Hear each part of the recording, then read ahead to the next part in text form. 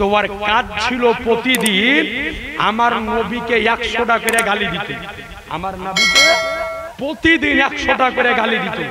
তো হযরত আলী রাদিয়াল্লাহু তাআলা মনে মনে ভাবতেন যে তোকে খালি একদিন সুযোগে পাইলি, একদিন যদি সুযোগে পাইলি তাহলে তোর কাম আমি তামাম করে দিব। তো হযরত আলী হাঁটতেছেন, হঠাৎ দেখতেছেন ওই বিধর্মী ব্যক্তি যে আমার নবীকে প্রতিদিন গালি দেয়। তো হযরত আলী রাদিয়াল্লাহু তাআলা আনহু ওই বিধর্মীকে আপনার ধরার পরে চিৎ করে শুইয়ে দিয়ে বুকের উপরে বসে গিয়েছেন। সুবহানাল্লাহ হবে না? হযরত আলী চিৎ করে শুইয়ে বুকের উপরে বসে গিয়ে জুলফিকার বের করে ফেলেছেন, গলাতে লাগিয়ে দিয়েছে। যে হযরত আলী গলায় লাগিয়ে দেওয়ার পরে ইরাদা একটাই যে আমার নবীকে গালি দিয়েছে, এর পৃথিবীতে বেঁচে থাকার কোনো অধিকার আর নাই, একে দুনিয়ার বুক থেকে বিদায় হয়ে যেতে হবে। তো যেমনই গলায় লাগিয়ে দেওয়া ওই বিধর্মী ব্যক্তি নিচ থেকে শুয়ে শুয়ে হযরত আলীর চেহারার উপরে থুতু চালিয়ে দিয়েছে।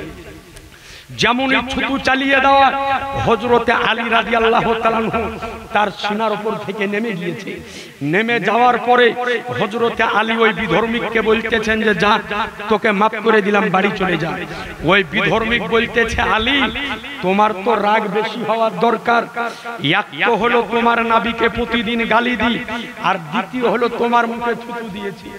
আমার আপনার মতো লোক যদি হইতাম তাহলে বলতাম যে তোকে যদি এক থান করতাম এবার 3 থান করব নাকি বলছেন। কিন্তু আলী রাদিয়াল্লাহু তাআলা আনহু বলতেছেন যে যা, তোকে ক্ষমা করে দিলাম। সুবহানাল্লাহ। বলছেন যে যা, তোকে ক্ষমা করে দিলাম।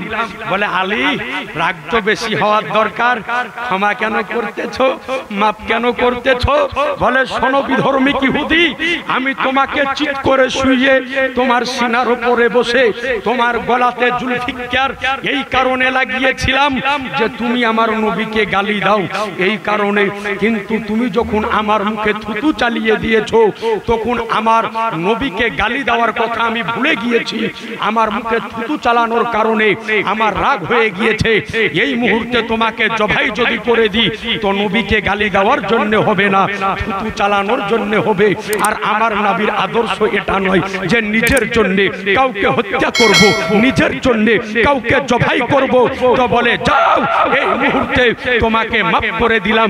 সঙ্গে সঙ্গে ওই ইহুদি আমার মাওলায়ে আলী মুশকিলে কুশা হায়দারে কাররাত শেরে খোদা সাহেবে জুলফিকার হযরত আলীর কদমে পড়ে গিয়ে বলে ওগো আলী শোনো, আজকে তোমার এই চরিত্র, তোমার এই আখলাক আমাকে এতটা মুগ্ধ করেছে যে আজকে এই জায়গায় আমার ধর্মকে ত্যাগ করে তোমার হাতে হাত দিয়ে কালেমা পড়ে ইসলাম ধর্ম কবুল করে নিলাম।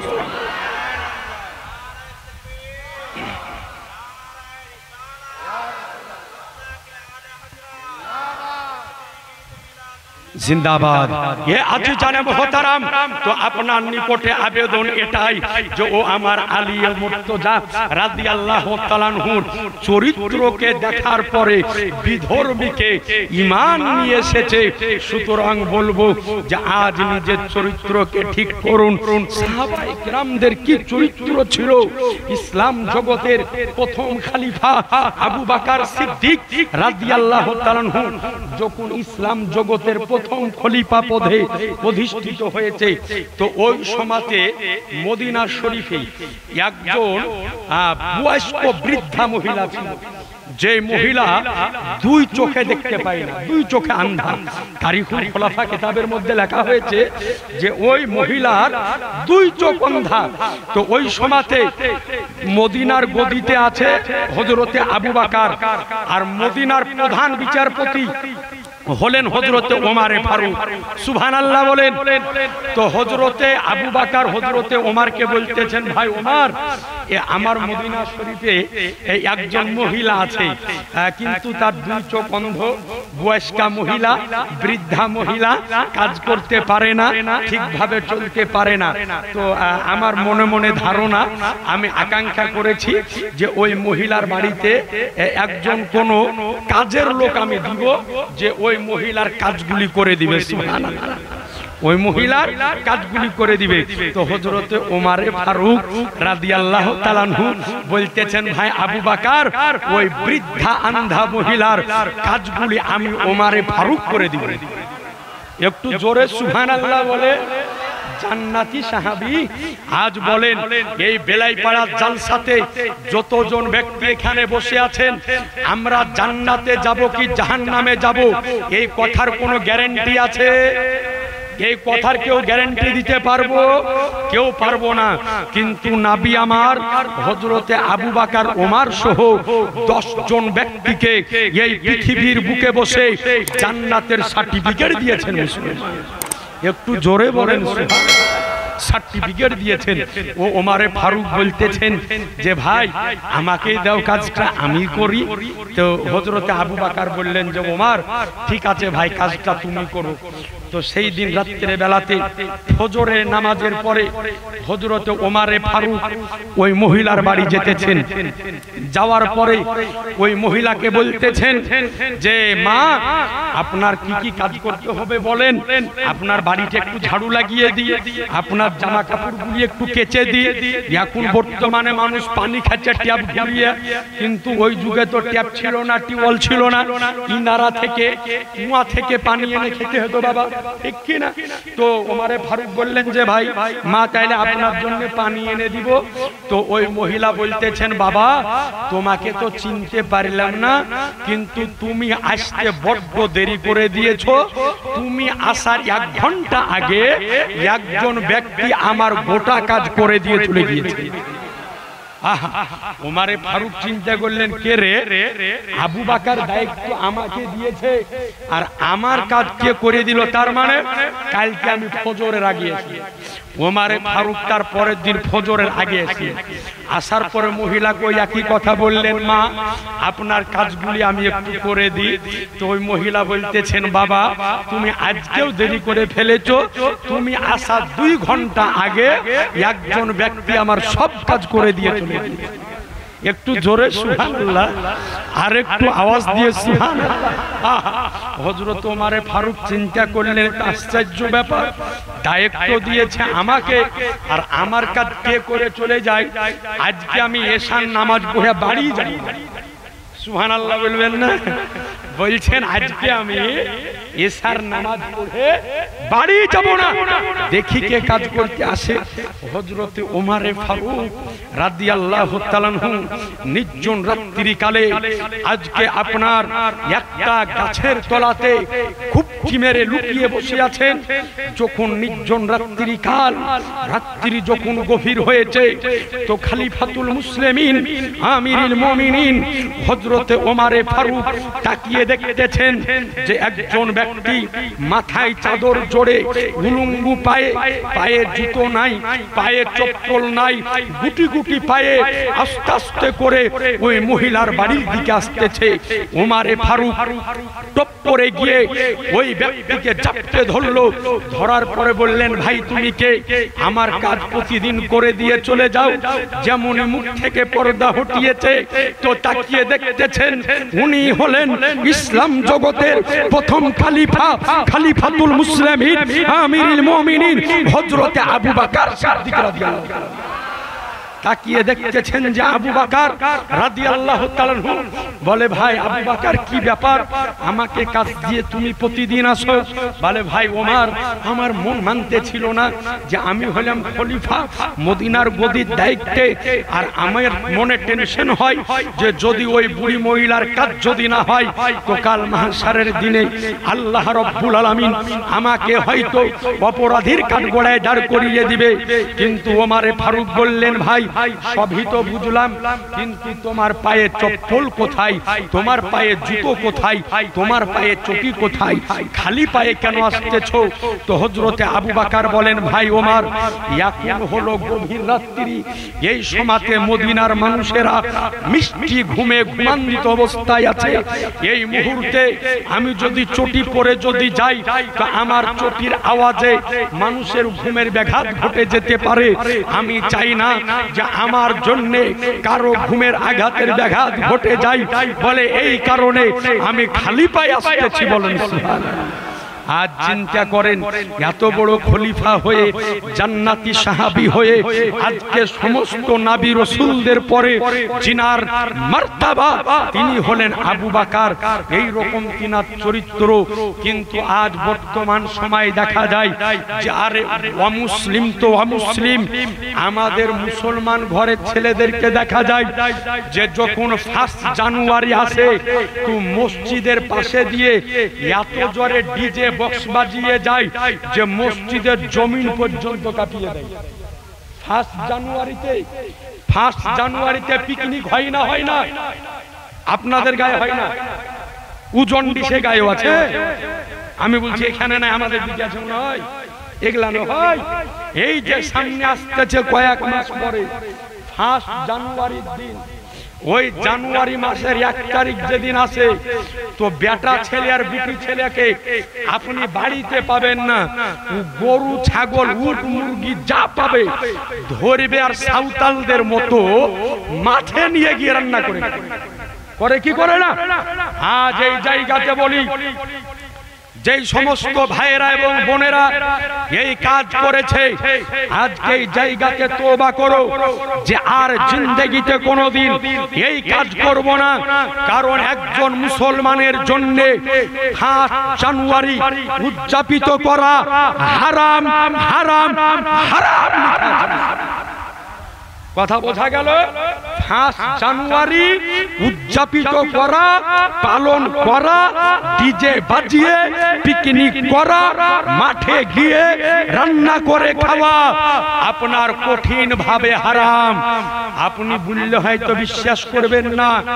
এই যে 1 জানুয়ারি সামনে আসতেছে, এই 2022 সালে 1 জানুয়ারির দিন আমার একটা প্রোগ্রাম ছিল।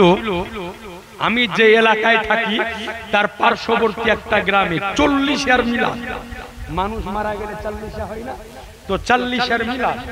তো এশার নামাজ পড়ার পর আমি গেলাম 1 জানুয়ারির দিন।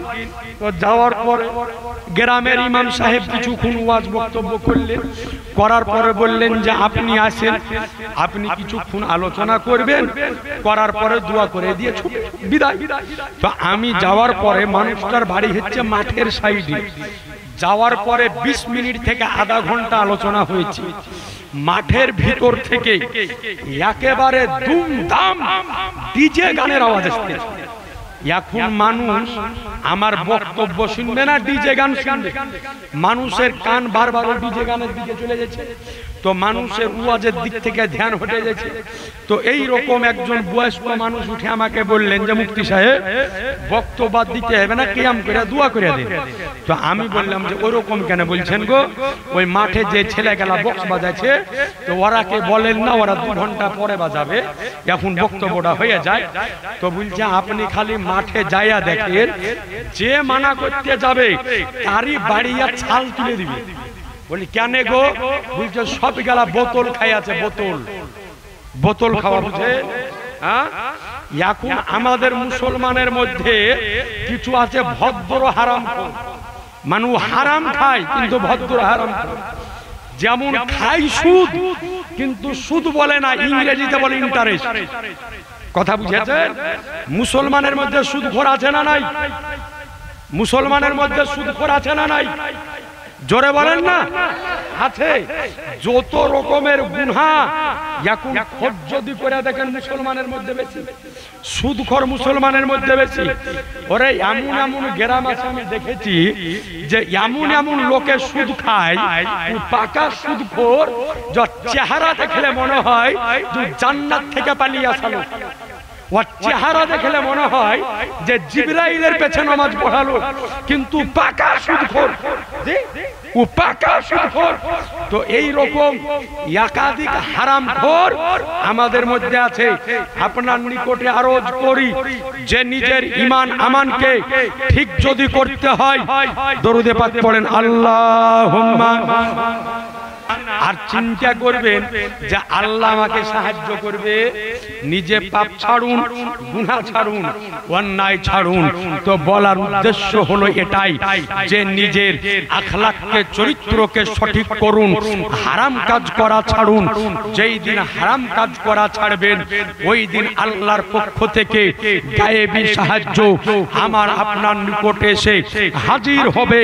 আর যতদিন না হারাম কাজ আমি আপনি ছাড়বো ততদিন না পর্যন্ত আমার ও আপনার নিকটে আল্লাহর সাহায্য আসা মুশকিল আছে।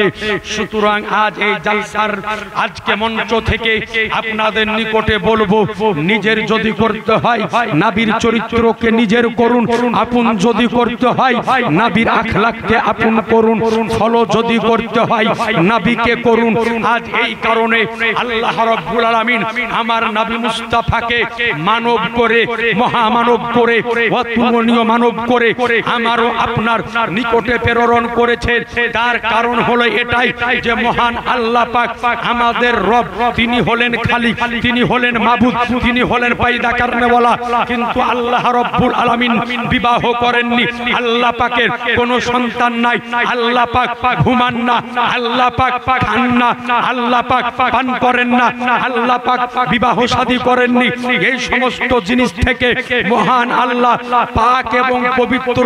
কিন্তু আল্লাহ বললেন যে মানব জাতির রাহাবারের জন্য পৃথিবীর বুকে মানব রূপে মহামানব করে আমার নবী মুস্তাফাকে মক্কা ধাত্রীতে আব্দুল্লাহর ঘরে মা আমিনার কোলে আমি প্রেরণ করলাম যে আমার নবী মুস্তাফা তিনার উম্মাতানিকে এটা দেখিয়ে দিবে যে বিবাহিত জীবন কেমন করে পার করতে হয়, নবী দেখিয়ে দিবেন যৌবনকাল কেমন করে পার করতে হয়, নবী দেখিয়ে দিবেন খাওয়া দাওয়া কেমন করে করতে হয়, নবী দেখিয়ে দিবেন সন্তানাদি কেমন করে পরওয়ারিশ করতে হয়, নবী দেখিয়ে দিবেন। আর কোন ব্যক্তি নিজের জীবনে আমার নবী মুস্তাফার সমগ্র জিন্দেগিকে ফলো করে চলতে যদি পারে তো আল্লাহ বলেন যে ওই ব্যক্তি মারা যাবে আর আল্লাহ তার জন্য 8টা বেহেশতের দরজাকে উন্মুক্ত করে দিবেন।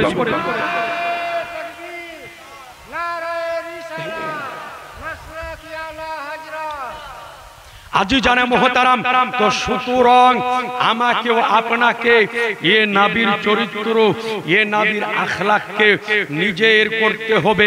এ আজিজানে মুহতারাম, নবীর সাহাবীদের চরিত্র কেমন ছিল যে আমার নবী মুস্তাফা সাহাবায়ে কেরামকে যখন ডাক দিয়েছেন, যেই মুহূর্তে ডাক দিয়েছেন একই ডাকে আমার নবী মুস্তাফার হুকুম শোনার জন্য সাহাবায়ে কেরাম আমার নবী মুস্তাফার দরবারে আজকে হাজির হয়ে গিয়েছে।